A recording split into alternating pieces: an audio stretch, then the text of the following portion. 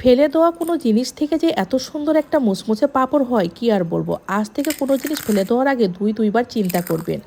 আজ আমি ফেলে দেওয়া তরমুজের খোসা থেকে এইরকম তরমুজের পাঁপড় বানিয়েছি। প্রথমে তরমুজের খোসাটা ছোট ছোট কিউব করে কেটে আমি ব্লেন্ডারে ব্লেন্ড করে নিয়েছি। আপনাদের যাদের ব্লেন্ডার নেই আপনারা পাটায় পিষে এইরকম রস বের করে নেবেন খোসা থেকে। রসটা বের হয়ে গেছে। আমি এই পাঁপড়টা তৈরি করব সুজি দিয়ে। আপনারা চাইলে চালের গুঁড়াও ব্যবহার করতে পারেন। এখানে আমি 200 গ্রাম সুজি ব্লেন্ডারে ব্লেন্ড করে নিয়েছি। এবার খোসাটা আমি ফুটতে দেব। এখানে আমি হাফ চামচের মতো বেকিং পাউডার দিয়েছি আর একটু কালার আনার জন্য ফুড কালার ব্যবহার করেছি সবুজটা। তারপর আমি সুজিটা এভাবে অল্প অল্প দিয়ে এইভাবে নাড়তে থাকবো যাতে নিচে দলা না পাকে।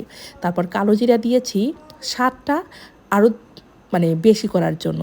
এবার চুরির মতো একই সাইজ করে আমি পাঁপড় বানাবো। দেখুন এই পাঁপড়টা শেখাতে প্রায় 2 দিন লেগেছে। 2 দিনই আপনার এত সুন্দর পাঁপড় হয়ে যাবে। আর তেলে দেওয়ার সাথে সাথে এত সুন্দর পাঁপড় হবে কি আর বলবো। তাই আজ থেকে যদি আপনারা কোনো জিনিস ফেলে না দিয়ে এইভাবে পাঁপড় তৈরি করবে।